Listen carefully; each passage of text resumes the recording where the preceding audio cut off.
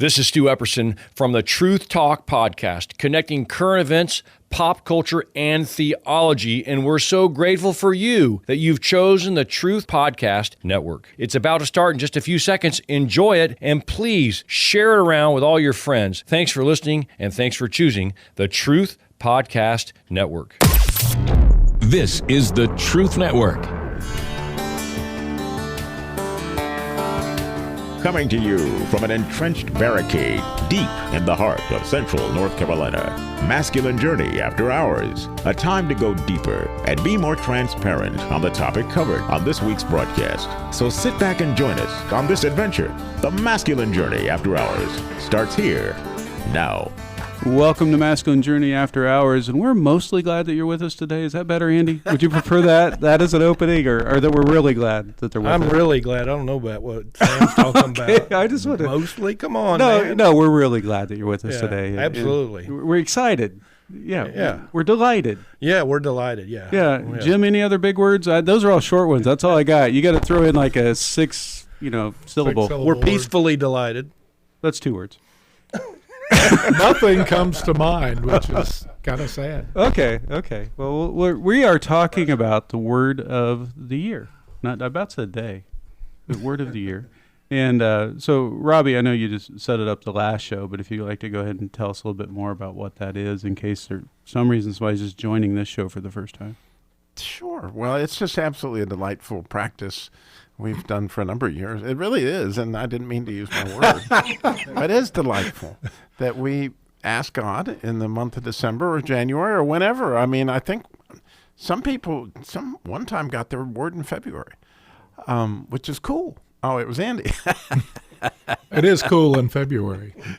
Normally by then, anyway. But the idea is, God, where are we going? Some sort of a theme, a paradigm, a way to look at your year, and you begin to ask God like you would ask for your new name, and listen. It's a matter of giving God the opportunity to speak, and then you sit there and try to hear. And when you get a thought that you feel like wasn't something you thought, you said, well, that doesn't, a lot of time make sense.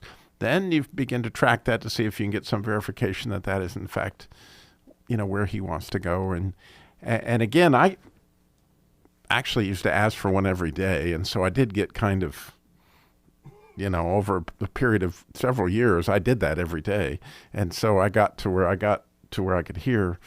It was really a wonderful practice, and certainly one that has just enriched my life tremendously. So how exciting we get to do it this year, 2022. So you should have a bigger vocabulary than I do. They're all short words. Robbie, I was just starting to feel good about, my word of the year, that I finally engaged after 4 years at a word and actually kind of stuck with it, and bam, right out of the water. Overachiever. Exactly. Now now I feel bad That's again. why he's so delightful. Yeah. You can feel delightful. I feel like nothing now. Thank Shame. you. I couldn't figure out what I could say. Anyway, just messing with you, Robbie. Andy, the first clip is yours. Yep. And so I got to say before you played this clip or anything, this is one of my favorite clips that we've ever played. Yeah. And we've played a lot of good clips, but we've used this one before, and it is just such a good clip for so many things. It is. So Sam submitted this back in June, I think, when we were talking about condemnation and conviction and the difference, and you saw it a little bit. But it's from the Andy Griffith Show, and I'm going to talk more about it after, but it really is a dialogue between Andy and Opie about Opie's charitable giving. Well, if it ain't Charlie Moneybags, the big philanthropist. How do you do? What you talking about, Pa? I'm talking about the underprivileged children's drive. Oh, they collected for that at school, Pa. Oh, I know they did. Oh, I know they did. And when they called your name, you gave the large, generous amount of 3 cents. My, that is big of you, Diamond Jim. Did I give him too much, Pa? Too much? I could ask him to give back 2 cents. Look here. We better talk about this thing. Now, look here, Opie. You can't give a little bitty piddling amount like 3 cents to a worthy cause like the underprivileged children's drive. I was reading here just the other day where there's somewhere like 400 needy boys in this county alone, or 1.5 boys per square mile. There is? It sure is. I never seen one, Pa. Never seen one what? A half a boy. Well, it's not really a half a boy. It's a ratio. Horatio who? Not whole ratio, a ratio. It's mathematics, arithmetic. Look now, Opie, just forget that part of it. Forget the part about the half a boy. It's pretty hard to forget a thing like that, Pa. Well, try. Poor Horatio. Now, look, Horatio is not the only needy boy. Son, didn't you ever give anybody anything just for the pleasure of it? Something you didn't want anything in return for? Sure, just yesterday I gave my friend Jimmy something. Now, that's fine. What'd you give him? A sock in the head. I meant charity. I didn't charge him nothing. I meant something for the joy of giving. I enjoyed it. That's such a good clip. Yeah, that's really one of my favorite clips from any movie or TV show, actually, and that's kind of why I went back to it. So, my word for the year is charity.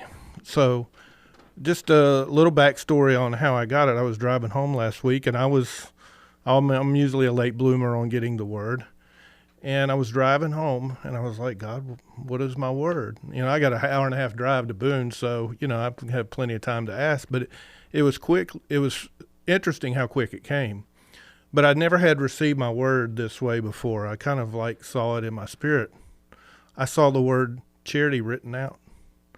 And I saw, and this is where I was asking Jim and Robbie, maybe they can help, CH was emphasized. And I know there's a lot in the letters and start stuff. So I know the word in Greek for love is agape. And I'm not, I don't know the Hebrew word, but I don't know if you can have anything to add into that.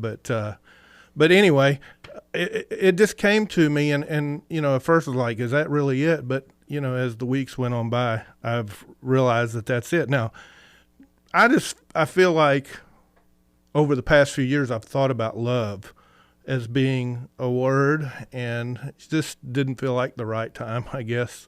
I mean, I've heard you guys get different versions of the Father's love or various versions of love.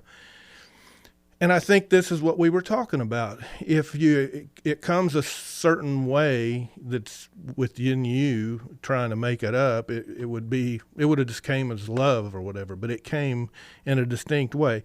What I'm wondering if that word, that the emphasis on the CH for charity, maybe it ties back. 4 years ago, I got my first word, clarity, and this is charity. But with that being said, what I feel like it's leading me into is, obviously we think of charity as giving to somebody else and helping somebody in need, but we also know that charity is love. And instantly it was about love or agape love that I thought it was about God, God's love, or maybe my love to fellow man, or the whole charity. Now I started thinking about the charity. I've been a giver, but I could do better.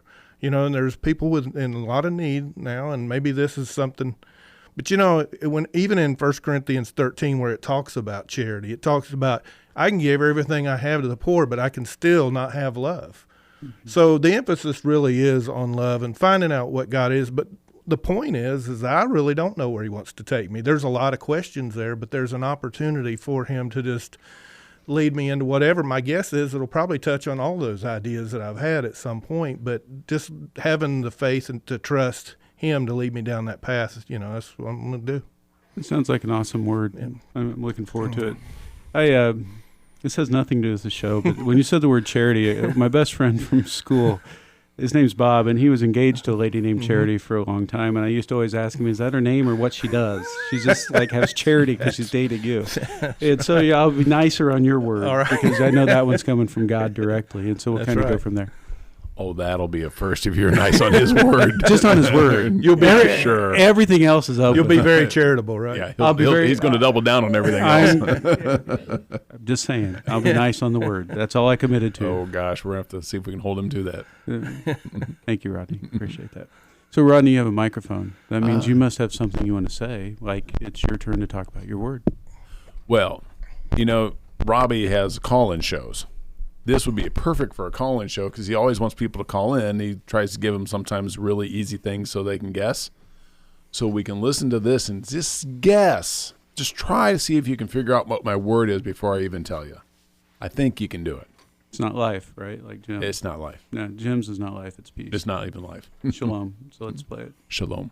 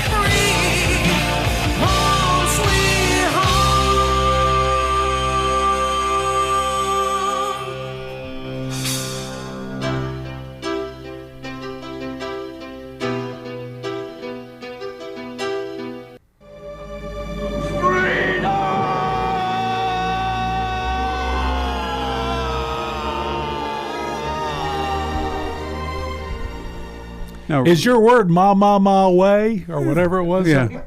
Yeah. So, Robbie, I'll buy your dinner next week if you can tell me who that band was.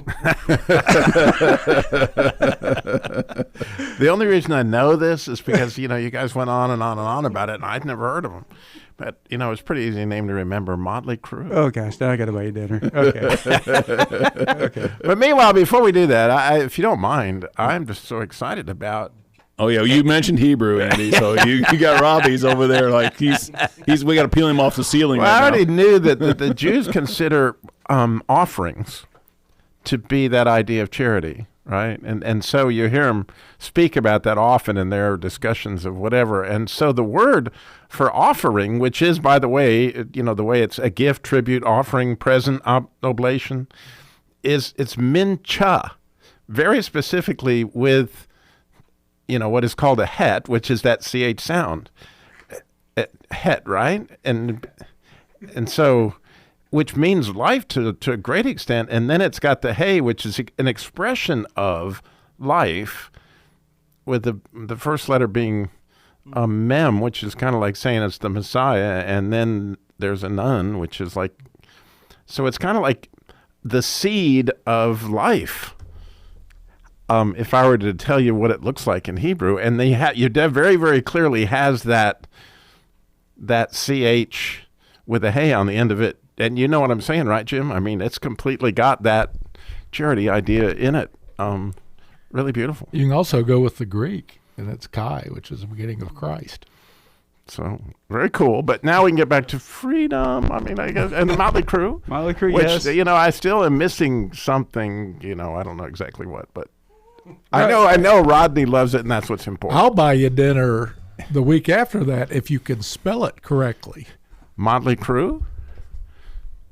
I'm just going with Motley. And the crew. I would guess Crew. He's shaking his head no. Yeah. Does that mean you buy me dinner? Crue. Yeah. And the Crue, Motley, like I think, has an umlaut over the O, so it should be Motley. So back to you, Rodney, on freedom and Motley Crue. Hey, I'm giving them guys a lot of freedom to just do whatever they want to do, man. Freedom there. Yeah. The word came to me very quickly because there's a couple times I was like, oh yeah, I got to remember, and I'm like, always like, okay, Lord, I'm not going to pray about getting my word yet because I don't have time to deal with this. Then finally I did. I'm like, okay, I got some time. I'll sit down with you. All right, before I even got out, my whole mind is saying, what's my word? The word popped in there, and I was like, really? I was like, that's a great word, Lord. Man, I would love some freedom. And it was just like, is that really it? And it just feels like you were talking about with the light being a gift for Robbie. And it's like, that's what it feels like. This is just like, this is your gift. This is your freedom. And so it's been awesome since getting the word, because how often do we talk about freedom in Christ?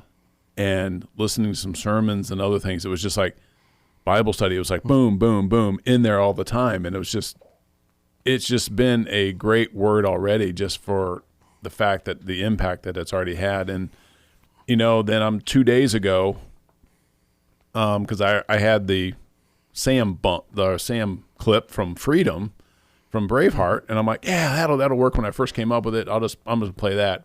And then all of a sudden in my head, 2 days ago, I'm singing Home Sweet Home in my head. I'm like, man, I haven't heard that song forever. Then I'm just kind of, next thing you know, I can't get out of my head, and I'm like, Lord, am I supposed to use that? Because I'm coming home.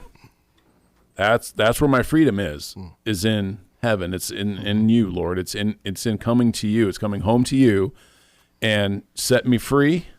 That was it. I was like, and it just set me free. And I say over and over in my head, I was like, I was just singing that and hearing the music, and I actually went, and then looked up the lyrics when I cut it, and isn't it amazing that what you see in lyrics of songs or in context of movies and other things that happen in life, BC to after Christ.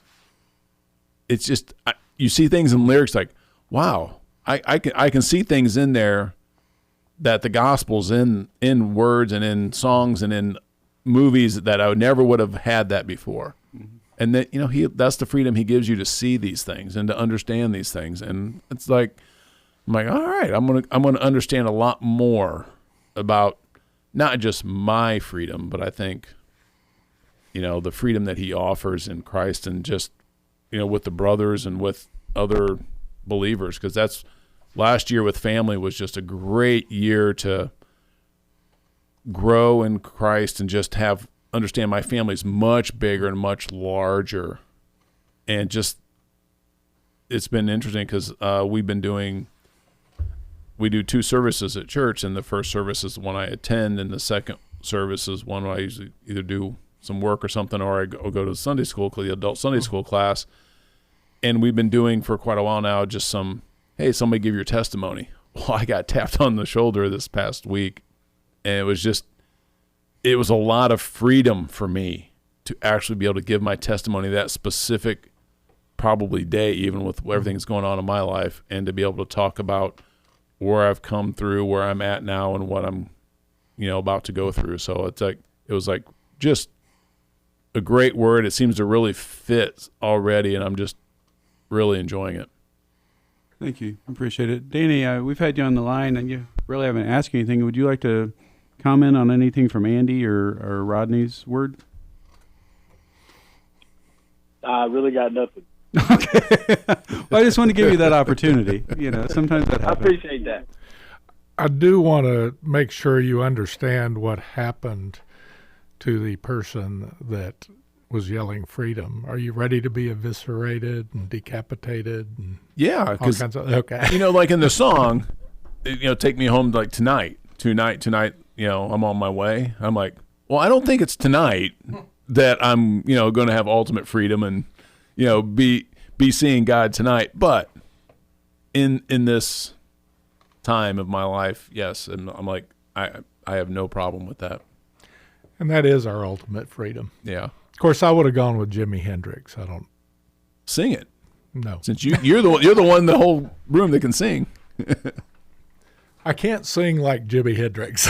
Nobody can. No. Yeah. Well, William Wallace and Motley Crue all had big hair, so it kind of fit. There you go. Yeah, there you go. That works. He could be a part of he could have been part of the band. Yeah. Well, see, I need to actually apologize to Andy on the air, and it doesn't happen often. Oh my! But I'm going to We're because recording? I gave him such a hard time about he used a song from Ozzy Osbourne a couple shows months ago, whatever, a while back. I think it was like 6 weeks ago. No, I'm just kidding. Yeah, you've got it on your calendar. 13 hours. But you're right. The point there, and you said it, Rodney, I just want to reillustrate it or revisit it, was that, since everything borrows from God's story. That's right. Yeah. Not all music has God's story in it, but the music that moves us, when you really go to those specific lyrics, right? There's something in there that's borrowing from God's story. yeah. And so I gave you such a hard time about that Yeah. because he had been in a ggroup Black Sabbath and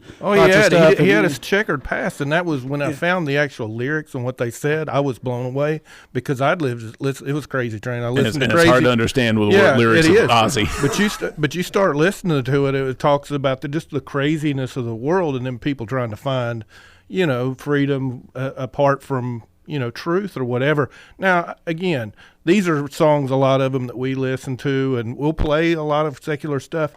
A lot of times it's just the object and the focus. People will make a god out of another person, and we can take that song and redeem it and say, well, they're talking about God. But, I appreciate you saying that. It wasn't a big deal, but I will say this. You brought it up like 5 times. Well, maybe it was a big deal. Maybe it was He has to defend himself against you. Maybe constantly. there was a wound there.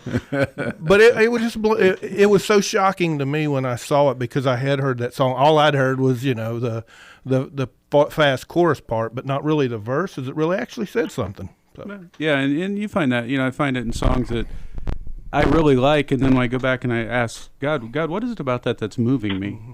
That's the payoff. Yeah. Right, the payoffs are, God, why is that moving my heart? Why does it bring me to a tear? Why does it do this to me? Right, what are you trying to get to me in that?